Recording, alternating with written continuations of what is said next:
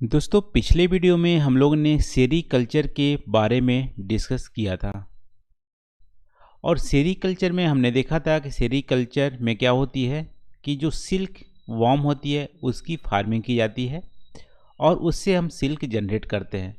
तो सारा कुछ सेरीकल्चर के बारे में पिछली वीडियो में हम लोग डिस्कस कर चुके थे। दोस्तों आज की इस वीडियो में यूपीएससी सिलेबस के अकॉर्डिंग आप जाओगे तो सेरीकल्चर के बाद यहाँ पे एपी कल्चर वहाँ पे मेंशन है। तो आज की इस वीडियो में हम लोग एपी कल्चर को डिस्कस करने वाले हैं। दोस्तों एपी कल्चर में हनी जो बी होती है उसकी यहाँ पे हम खेती करते हैं।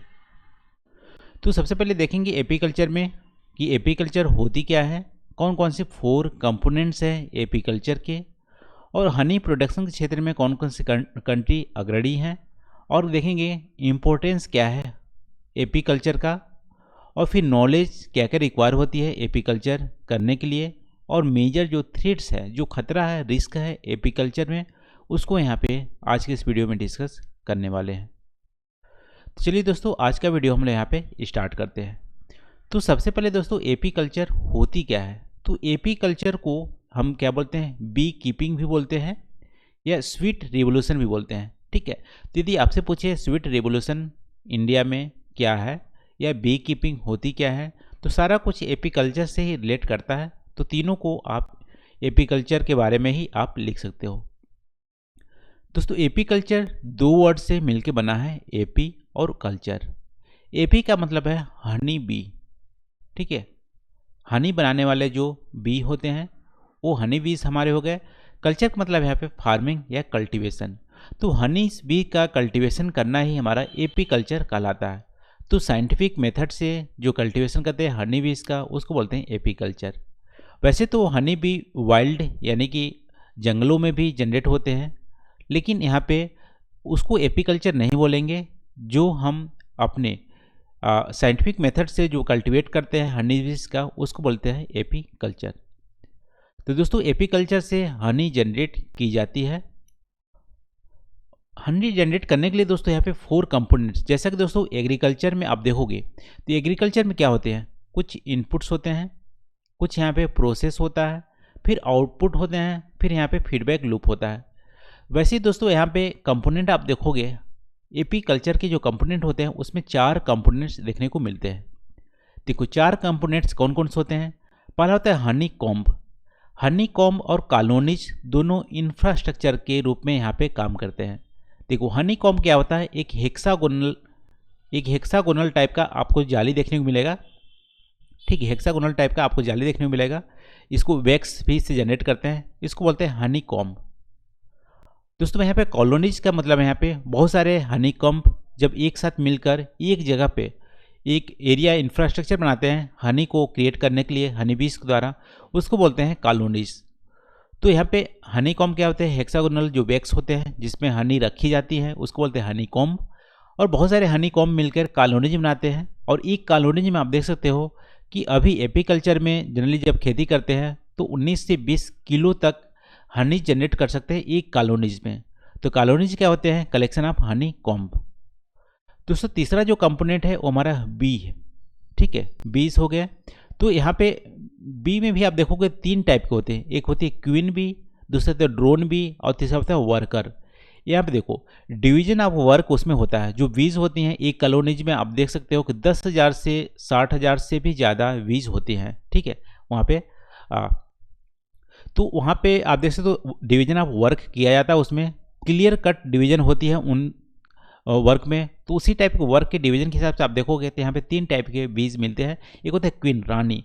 ये क्या करती है कि इसका जो काम होता है सिर्फ इसमें एग लेस करना, यानी कि एग इसमें उत्पन्न करना क्वीन का काम होता है। ठीक है, यहाँ पे क्वीन क्या करेगी, सिर्फ इसको एग बहुत सारे लेस करेगी। देखो ड्रोन क्या होता है, ड्रोन एक मेल बी होता है। ये क्या करती है, इसको फर्टिलाइज करने का काम होता है ड्रोन का। तो ड्रोन क्या करती है, फर्टिलाइज का काम करती है। क्वीन क्या करती है, एग को लेस करती है। और यहाँ पर वर्कर बी जो वर्कर होते हैं, बी वर्कर्स का सिर्फ काम होता है कि हनी बनाना। ठीक है, हनी बनाना। तो यहाँ पे 3 डिवीजन है, एक को लेस करना क्वीन का काम है, फर्टिलाइज करना ड्रोन का काम है, फिर वर्कर क्या होता है, वर्कर यहाँ पे हनीस को बनाता है, वर्कर काम करते हैं। ठीक है। अब प्रोसेस, यहाँ चौथा जो कंपोनेंट है वो हमारा प्रोसेस होता है। तो प्रोसेस होते क्या हैं, प्रोसेस के लिए हम लोग यहाँ पे थोड़ा सा डिटेल में इसको देख लेते हैं। तो हनी मेकिंग की प्रोसेस होती है। तो बीज जो वर्कर बी होते हैं, वर्कर बीज क्या करते हैं कि हनी को कलेक्ट करते हैं कहाँ से, जैसे फूलों से। फूलों में नेक्टर होती है, पोलन होती है और सुक्रोस होते हैं।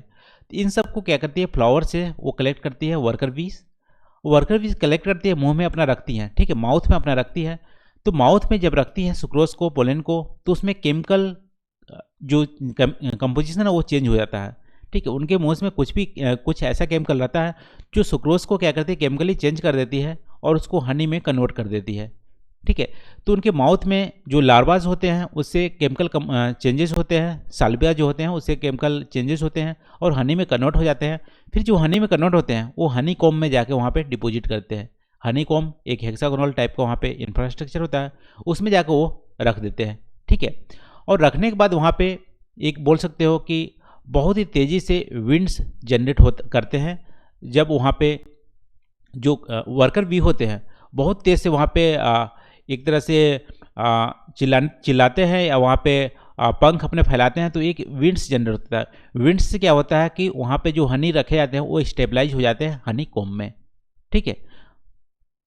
तो ये जो प्रोसेस होती है इससे हनी वो बनाते हैं वर्कर के द्वारा, वर्कर बी के द्वारा। दोस्तों अब हमारी हनी तो बन गई। अब देखते हैं मेजर प्रोडक्शन कौन कौन से कंट्रीज करते हैं। तो चाइना दोस्तों यहाँ पे लार्जेस्ट प्रोड्यूसर है, बहुत ही ज़्यादा लार्ज स्केल पे चाइना में प्रोड्यूस करता है। उसके बाद यहाँ पर टर्की का नंबर आता है। इंडिया का स्थान दोस्तों 8th पोजीशन पे है, लेकिन इंडिया का पोटेंशियल बहुत ही ज़्यादा है। जब चाइना यहाँ पे बहुत ही लार्ज लेवल पर कर सकता है, आई थिंक 70 से 80% वर्ल्ड का प्रोडक्शन सिर्फ चाइना में ही होता है हनी का। तो 8वां का यहाँ पे 8th पोजीशन है। यहाँ पे काफ़ी पोटेंशियल है इंडिया को मूव करने के लिए, 2nd पोजीशन में आने के लिए। लेकिन दोस्तों यहाँ पे जो बहुत सारे प्रॉब्लम्स हैं उसके चलते यहाँ पे हनी की प्रोडक्शन इंडिया में नहीं हो पाती, एपीकल्चर उतनी अच्छी सी नहीं है। तो सबसे पहले यहाँ पे देख लेते हैं इंपॉर्टेंस, उसके बाद हम लोग प्रॉब्लम्स देखेंगे। तो इंपॉर्टेंस क्या है दोस्तों एपीकल्चर का। तो सबसे पहले एपीकल्चर से हनी यहाँ पे प्रोड्यूस की जाती है और हनी हमारा बहुत ज़्यादा यूजेस होता है। हनी में हाई न्यूट्रिशन वैल्यू मिलते हैं। हनी हम मेडिसिन के रूप में भी यूज करते हैं, जैसे किसी को सर्दी जुकाम हो गया उसमें भी यूज करते हैं हनी का। तो मेडिसिनल प्रॉपर्टी भी है, हाई न्यूट्रिशन वैल्यूज़ भी है, वेट लॉस करने में भी हेल्प करता है यदि मॉर्निंग में इसको पिया जाए तो, ठीक है। तो बहुत सारे हनी की प्रॉब्लम है, हनी इससे प्रोड्यूस होती है, हनी का बेनिफिट्स है। दोस्तों दूसरा जो एपीकल्चर से क्या प्रोड्यूस किया जाता है, यहाँ पे बाई प्रोडक्ट आप बोल सकते हो। बाई प्रोडक्ट में यहाँ पे बी जो वैक्स होते हैं उससे उसका प्रोड्यूस होता है। तो वी वैक्स क्या करते हैं, वी वैक्स से हम क्या बनाते हैं, पॉलिश भी बनाते हैं और कैंडल भी बनाते हैं। तो बहुत सारे इसके मेडिसिन प्रॉपर्टीज भी होते हैं। तो बाई प्रोडक्ट में वी वैक्स होते हैं, उससे भी हम वैक्स जनरेट करते हैं एपीकल्चर से। दोस्तों इसी के अलावा आप देखोगे तो बीज क्या होते हैं, एक अच्छे पोलिनेटर होते हैं, ठीक है। आप मान लो एग्रीकल्चर और एपीकल्चर दोनों साथ साथ करते हो। मान लो आप जो फ्लावर की जो भी क्रॉप्स है, ठीक है, जैसे सरसों हो गया या सनफ्लावर हो गया, उसकी आप खेती करते हो, साथ साथ उसके साथ साथ एपीकल्चर भी करते हो। उसी फील्ड में आप हनी की भी खेती कर रहे हो, तो क्या होंगे, दोनों ही बेनिफिट होते हैं। क्रॉप की यील्ड भी बढ़ती है और हनी की भी यील्ड बढ़ती है। क्यों? क्योंकि हम देखो बीज क्या होते हैं, वर्कर जी बीज होते हैं, क्या करते हैं कि वहाँ पे जो फ्लावर होते हैं वहाँ से हनी को कलेक्ट करते हैं। अब मान लो आप फ्लावर वाली खेती ज़्यादा कर रहे हो तो हनी ज़्यादा कलेक्शन होंगी, आपकी हनी की भी प्रोडक्शन होगी, एपीकल्चर की भी ज़्यादा यील्ड मिलेगा। अब क्रॉप की यील्ड कैसे बनेगी, बीज दोस्तों जो बीज होते हैं, हनी बी होते हैं, वो क्या होते हैं, अच्छे पोलिनेटर होते हैं। अच्छे पोलिनेटर होंगे तो आपका क्रॉप का पोलिनेशन अच्छे से होगा, तो फ्लावर से सीड्स अच्छे से जनरेट होंगे, तो आपके क्रॉप की भी यील्ड बढ़ती है। तो एग्रीकल्चर और एपीकल्चर दोनों साथ साथ म्यूचुअली यहाँ पे खेती की जा सकती है। दोनों के द्वारा दोनों की यील्ड बढ़ती है और यहाँ पे एग्रीकल्चर की जो इनकम है वो आपका बढ़ जाएंगे, फार्मर की इनकम यहाँ पे बढ़ जाएंगे और सस्टेनेबल जो एग्रीकल्चर है यहाँ पे अच्छी होती है। तो एपीकल्चर का बहुत ज़्यादा इम्पोर्टेंस है, लेकिन इंडिया में इसकी लैक ऑफ नॉलेज आप बोल सकते हो या इसके बारे में जागरूकता नहीं है, इसलिए यहाँ पे एपीकल्चर यहाँ पे इंडिया में प्रोड्यूस उतनी अच्छी से नहीं की जाती है। यदि की जाती है तो यहाँ पे फार्मर की इनकम भी बढ़ सकती थी और क्रॉप की भी यील्ड यहाँ पे बढ़ती, ठीक है। तो बहुत सारे इंपॉर्टेंस हैं एपीकल्चर के। दोस्तों एपीकल्चर के लिए कुछ नॉलेज की ज़रूरत पड़ती है, जैसे नेचर, उनकी नेचर क्या है, हनी बीज का हैबिटेट कैसी होती है, कब वो क्या करते हैं, एग को जनरेट करते हैं, और ठीक है उसके कैचिंग करने का, हाइविंग करने का, ग्रोथ करने का, मैनेजमेंट करने का, बीज की मैनेजमेंट करने का। तो डिफरेंट टाइप के नॉलेज के यहाँ पे थोड़ा सी ज़रूरत पड़ती है, लेकिन ईजियर होता है। ठीक है, एग्रीकल्चर से ईजियर होता है यहाँ पे। और इसमें नॉलेज में हैंडलिंग, कलेक्शन का भी, हनी बीज, हनी वैक्स को कलेक्शन करने का भी नॉलेज की ज़रूरत पड़ती है, लेकिन थोड़ा सा नॉलेज के वजह से यहाँ पे लेकिन प्रोसेस जो होती है ईजियर होती है, और इससे आपकी क्रॉप की भी यील्ड बढ़ जाती है और हनी की प्रोडक्शन भी बढ़ जाती है। मार्केट में काफ़ी डिमांड्स है हनी की, लेकिन उतने ज़्यादा प्रोडक्शन इंडिया में किए नहीं जाते हैं, इसलिए आप देखोगे प्राइस देखोगे तो काफ़ी ज़्यादा होता है हनीस का। तो दोस्तों ये रहा हमारी थोड़ी सी नॉलेज ज़रूरत पड़ती है, लेकिन यहाँ पे ईजियर होता है एपीकल्चर करने का, और एग्रीकल्चर और एपीकल्चर दोनों साथ साथ सस्टेनेबल वे में यहाँ पे की जा सकती है। लेकिन दोस्तों एपीकल्चर के मेजर जो थ्रेट्स आपको देखने मिलेंगे, ठीक है, मेजर थ्रेट्स आपको देखने मिलेंगे कि इससे डिसीजेज जो होती हैं बहुत ही इजीली लगते हैं हनीज बीज को, और पैरासाइट इंसेक्ट बहुत ज़्यादा परेशान करते हैं हनीज बीज को, जिससे क्या होता है हनीज बीज की डेथ भी हो जाती है, और इसके अलावा आप देखोगे तो यील्ड भी बहुत कम होती है। आप देखोगे 1919 में यूएसए, मैक्सिको में हनीज बीज में बहुत ज़्यादा डिसीजेज आ गए थे, उससे 90% जो हनी बीज थे वहाँ पे एक्सटिंक्ट हो गए थे। ठीक है, तो डिसीजेज लगते हैं, पैरासाइट लगते हैं, इंसेक्ट लगते हैं, लेकिन प्रॉपर यहाँ पे मैनेज किया जाए, प्रॉपर हैबिटेट, नेचुरल हैबिटेट यहाँ पे प्रोवाइड किया है, तो एपीकल्चर से बहुत ज़्यादा हनी की प्रोडक्शन की जा सकती है। जो एग्रीकल्चर जो इनकम है उसका एक सब्सिट्यूट हो सकता है, डाइवर्सिफिकेशन हो सकती है फार्मर की इनकम की।